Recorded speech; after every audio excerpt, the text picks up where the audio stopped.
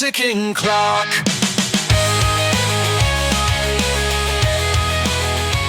Hey, what's up, everyone? Welcome back to another episode of Hanging Out with Chops.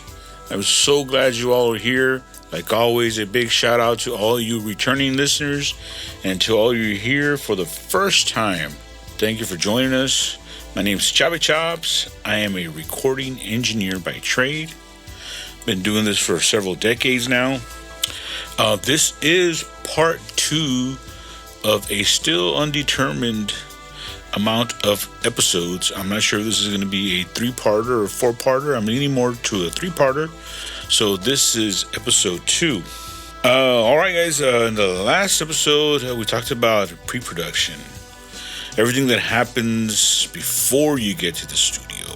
We talked about preparing your gear, tuning instruments, getting heads, everything that you need to get your gear ready to record. We discussed rehearsals, we discussed demo recordings, we discussed scheduling, budgets, and we even had a discussion on the hard talks about copyrights and publishing and who wrote what. But now we move into the part most people imagine when we talk about making a record, the production. This is when mics get set up, headphones go on, and eventually, record light turns on and we're rolling. But once the recording light is on, the real question becomes, how are we going to capture this? It's not as simple as just pressing record and hoping that you catch magic or lightning in a bottle. There's a strategy to it. And the way I like to do it is pretty simple. And it's not like the only way of doing it, because different styles of music are recorded differently. I would definitely record a country band different than I would record a hip-hop band, or I would record a Latin band a different way than I would record perhaps a rock band, But for the most part, this is the strategy that I use for the majority of bands that I work with. So let's get into it, guys. You're here. You got your axe strapped on. You got your headphones on. The drummer's clicking away, starting off. Let's get this going. Here we go. We're hanging out with Chops. Time just never stops. Answers fade like drops on a broken ticking clock. All right, guys. The first thing I like to do is bring the entire band in. Get them all together. It might take several rooms. Drummer in the drum room, guitar player. Depends. If he's going in direct, I might have him right next to me here on the console. Sometimes even if he does have amps, I might put the amps in the amp room and still have them right here next to me. I'll usually have the bass player here by me. I'll throw a vocal in the vocal booth, maybe horns in the other room.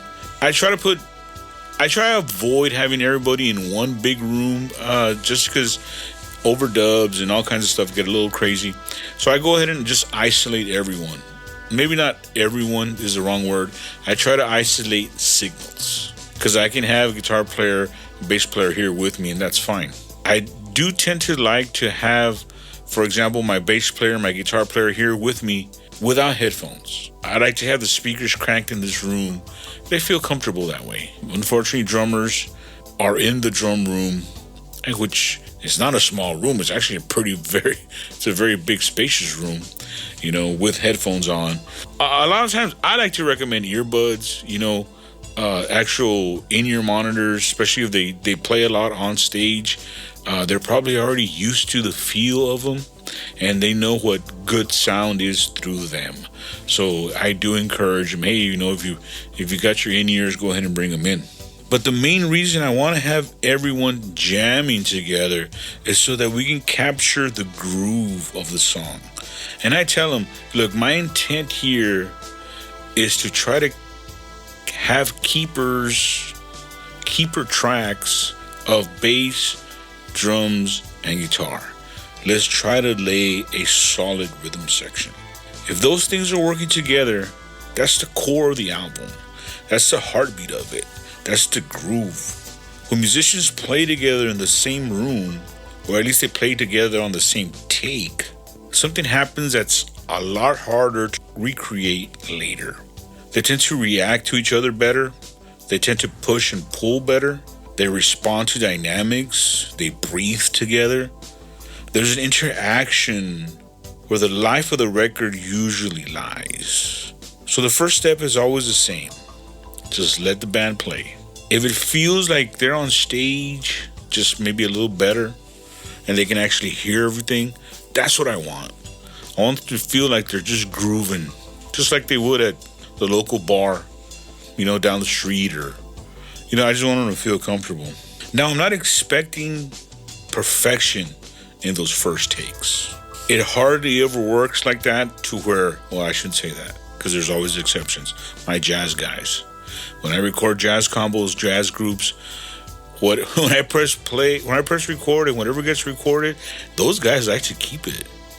And if there's a wrong note or something, that some ninth that didn't get flatted, or some augmented thing that they forgot to add, they leave it like that because they feel like that was meant to happen. But outside of that, I'm not expecting for it to be perfect. There may be things that need to be fixed. There might be sections that we do need to punch in. There might be transitions that need to be tightened up a little bit. But I'm listening for one thing overall. Again, the groove. Is the groove good enough to build off? And that's what we want to do. Because if the groove is right, everything else will be easy.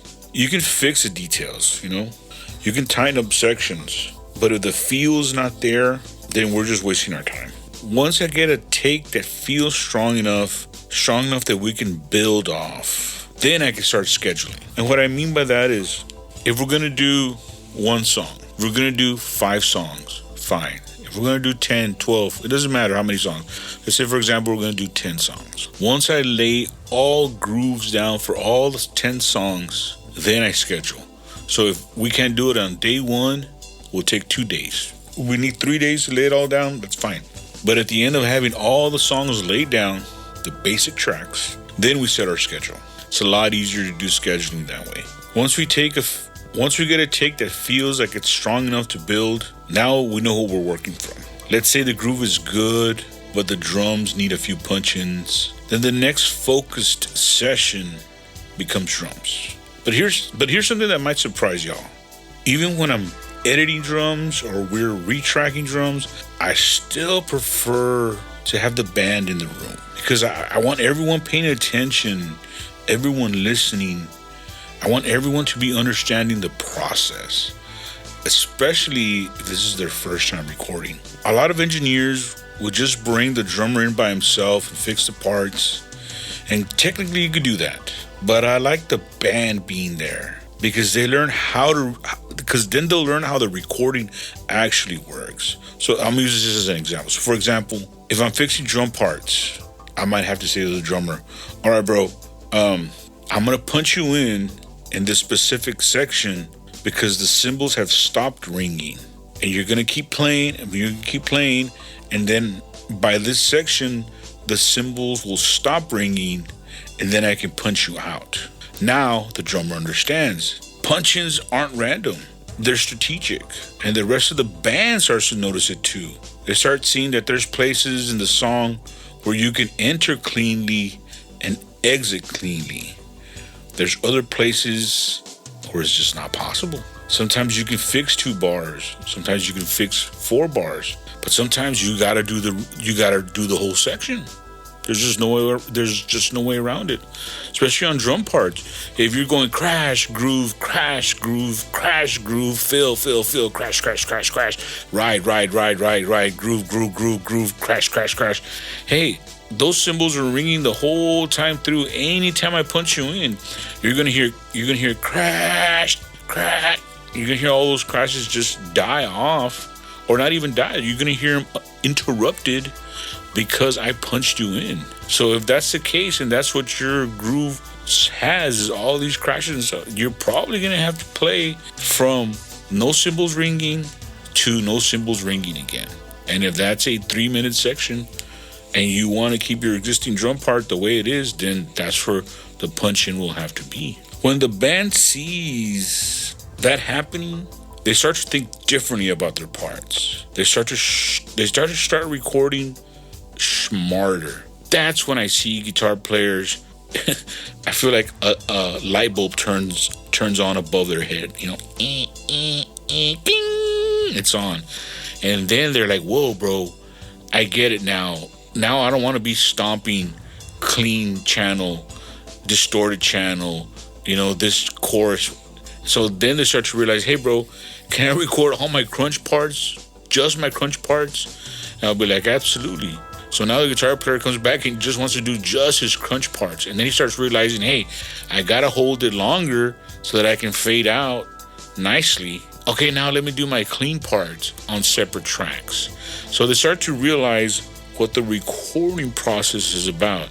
And it's a lot easier for them to start realizing it when they're all here.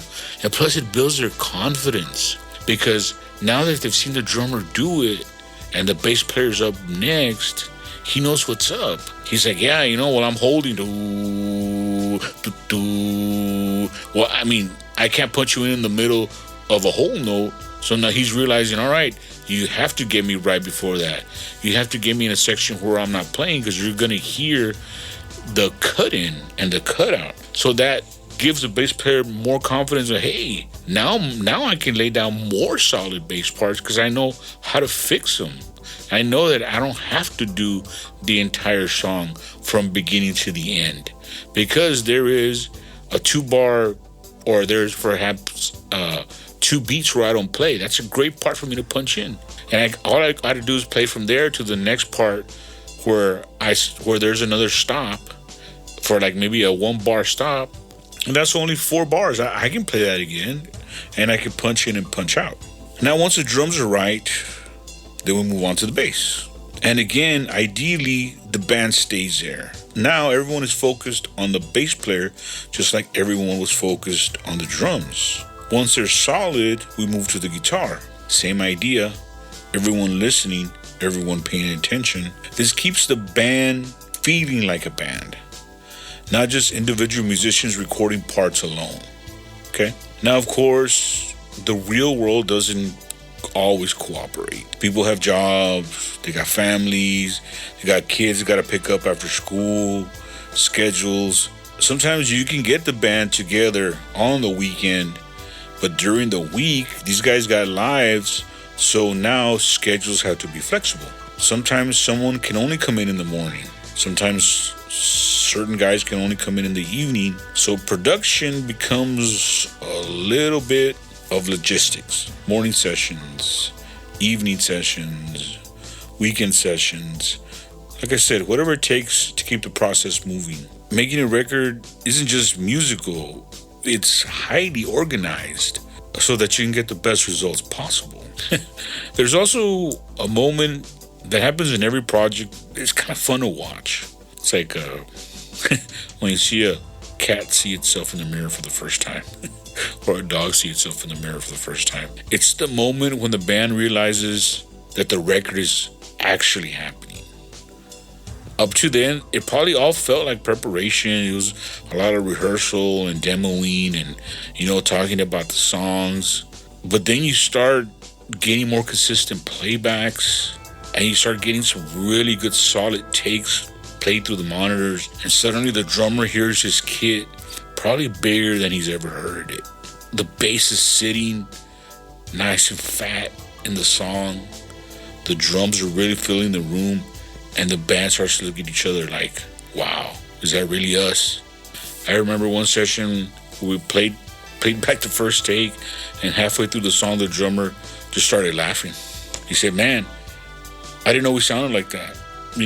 That's a real special moment, because now it's not rehearsal anymore. It's becoming real. It's becoming an actual record. I think a lot of guys are sometimes really hard on themselves. They just never really heard everything lined up the right way. Just, quick side note. Another thing that also happens when you spend a lot of time in the studio is, your perspective changes. At first, a lot of people think like you're recording musicians, it's kind of hard to explain, but like you're thinking, okay, I'm recording this guitar player because he's trying to get it perfect. And you're recording the drummer because he's trying to get it perfect and tight. The bass player's trying to be clean. But eventually you start to realize that you're not really recording the musicians themselves. You're really recording a song. The song is really what's going to rule everything. Every decision comes back to that one inevitable question. Does it help the song? Sometimes the most technically impressive solo, guitar work, drumming, it just doesn't fit. It really takes away from the song. Sometimes simplifying parts, letting the song really breathe, really wordy lyrics, trimming them down. I always tell them, you want to paint a big picture with as few words as possible, because you want to use every single word to move your storyline forward. Production sometimes means removing things, creating spaces, like I said, letting the song breathe. Once the band kind of gets this, I know I get it because, I'm in the hot seat. But once the band starts to understand, another cool thing starts to happen. They start thinking differently about their own parts. I've seen sessions where guitar players suddenly say, the guitar player will say something like, hey, I think I should leave some space for the vocals. When that happens, I know something clicked.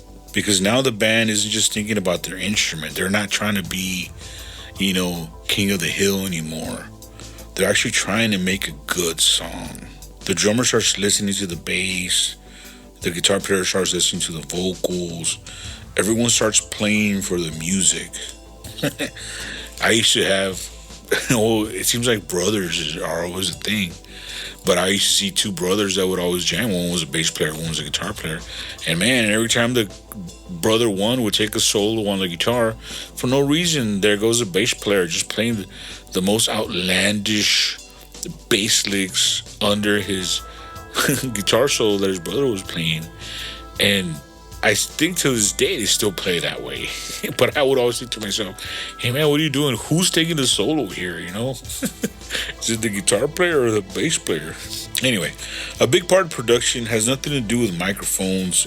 A lot of it has to do with the people. The producer, well, what can I tell you?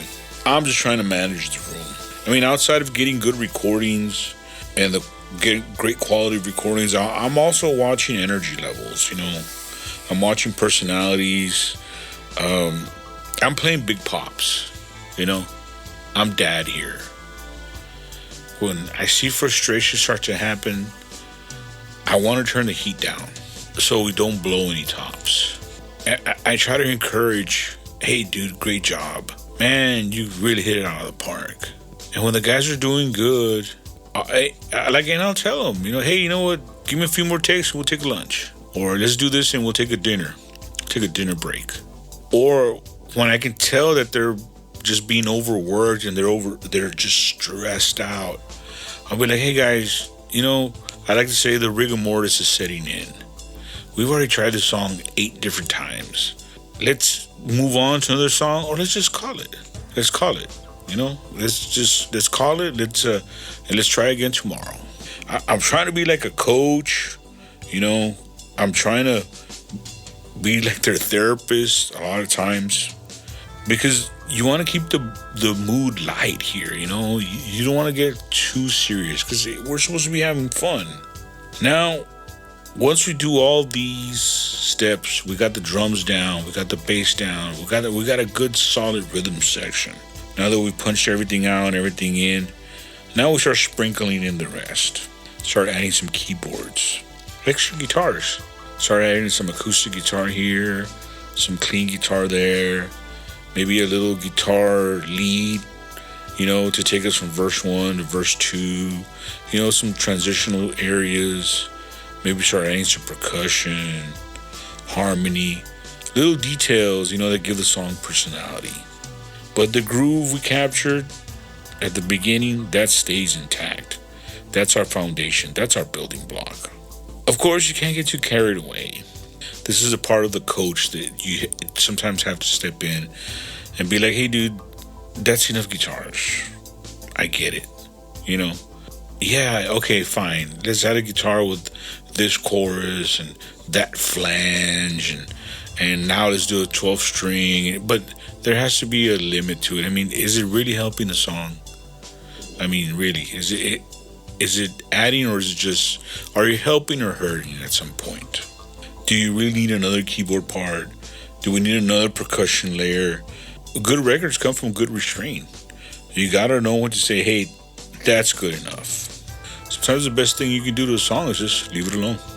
Well, once the performances are captured, I would probably say obviously once you do the bass, the guitar, all your rhythm sections, and all that good kind of stuff, I like to leave vocals to the end. Now that we have a good idea of how the album's going to sound. And vocals are delicate. It's not like a drummer who can come knock out all 10 songs. I'm hoping that by this point, me and the singer have a pretty good rapport. A lot of times we do. And on vocal days, even if it's like an evening session, when they come in, if possible, if they let me, I like to warm them up. And I like to get on the keyboard and just, here we go, guy. Ready? Let's warm up. Do do do do do do do do do. La la la la la la la la la. Do do do do do do do do do. Now some arpeggios, you know, and just warm them up so that I know that they don't get carried away. Okay, now let's just go a little lower, la la la la la la la, and and really get their lower fundamentals going.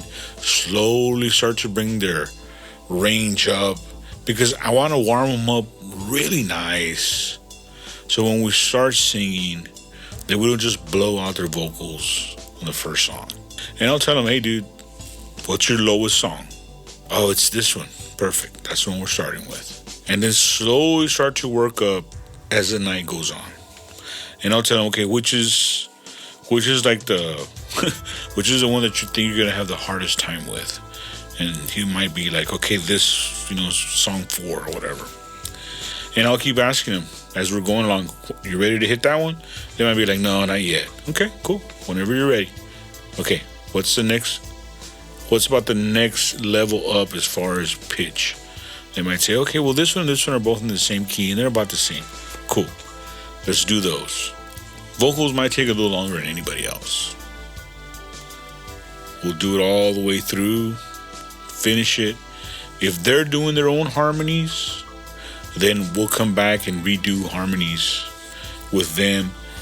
If they have someone else that does harmonies, then I like to build by the songs. For example, we might build the first song, have the lead singer step out, hey, go chill out, bro, rest your voice, and then have the harmony person come in and sing their harmonies. If there's a third harmony, perfect. Have them come in and we'll build song 1. By the time we go to the next song, the lead vocalist has had some time now to relax.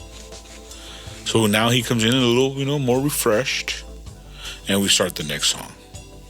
Now, we probably may not knock out all 10 songs in one night, but we can do, hey, let's do 4 and then do 3 and 3, or let's do 5 and 5. I try to be accommodating because I understand that vocals, horns, they don't have a quick recovery. Man, you blow out your voice, or horn players, you split your lip. I mean, that's going to take days and days, to repair. And you're going to be in agony. It's going to really hurt you. Worse, you can get an infection and could lead to all kinds of horror stories. One thing I would like to add is stay focused, guys. One of my pet peeves is other music going on. We're working on a particular song and you hear the guitar player playing some ditty or something that has nothing to do with what we're doing. He's out there in the corner playing Welcome to the Jungle or Sweet Child of Mine or whatever. And guys, you're just really wasting time. You're redirecting everyone's focus to something else. Phones, for God's sake, put your phones away, put them on vibrate, or turn them off if you can, Stay off social media. I can't stand when, hey man, have you seen this video? Hey man, have you seen this band playing, da-da-da? It has nothing to do with what we're doing here, man. you're really taking focus away from what we're here to do. Try to stay on track. That's one of the most important things. And also, when it comes to scheduling, get all the scheduling done correctly. It doesn't make sense for the bass player to go eat, and then he comes back, and then the guitar player goes and eats. And then so-and-so leaves because they're going to go to the store to get smokes. And then so-and-so leaves because he's going to go get whatever to drink. Like, that's what breaks are for. I personally, I've discussed this in other podcasts. I like to do 12 hours. So if we're going to do, for example, if we're going to do 9 a.m. to 9 p.m., we're going to do, noon to midnight, whatever the case may be. I like to do 4 hours, take an hour lunch. We do 4 hours. We take an hour dinner, and then we hit 2 hours. But those recording blocks, it's solid, guys. There's no smoke breaks. There's no, hey, I'm going to run to the store. Hey, I'm going to go get some chips or whatever. No. I try to keep the guys focused. Hey, dude, 4 hours, solid. Let's just keep working. And when we take a break, we take a break. We shut off the monitors. We're not hearing playback. We get out of the recording room, go to the lounge, we go outside, we go eat at a restaurant, we get away from it. That's what breaks are for. And then when you're back on the clock, you're back on the clock. You hit it hard. Anyway, once we get vocals, once we get all the performances captured, all the music now finally exists. Here it is. We can all hear it back. All the songs, all our intent, all our arranging, all the heavy decision making we have to do, all the logistics we had to accomplish to get to this point, but it's still not done. That's the end of production, which takes us to our next step, post-production. Oh man, good old editing, good old mixing, and good old mastering. So everything gets its final shape. And that's what we're going to talk about on the next episode, post-production. Woo! Guys, I want to thank you so much for hanging out with me on this episode. We're getting there. We covered pre-production. Now we covered production. And like I said on the past episode, I'm sure I'm going to go home and be, man, I should have said this and I should have said that. But that's fine. You get a rough idea of how production works. Next time, we'll be talking about post-production. Editing. Do we want to go heavy on it? Mixing. How deep are we going to go into that? Mastering. All that good stuff. Like always, guys, thank you for tuning in. Thank you for hanging out with me. And like always, if you want to become a supporter of the show for as little as $3 a month, you can help keep the ball rolling. Hanging out with Chops.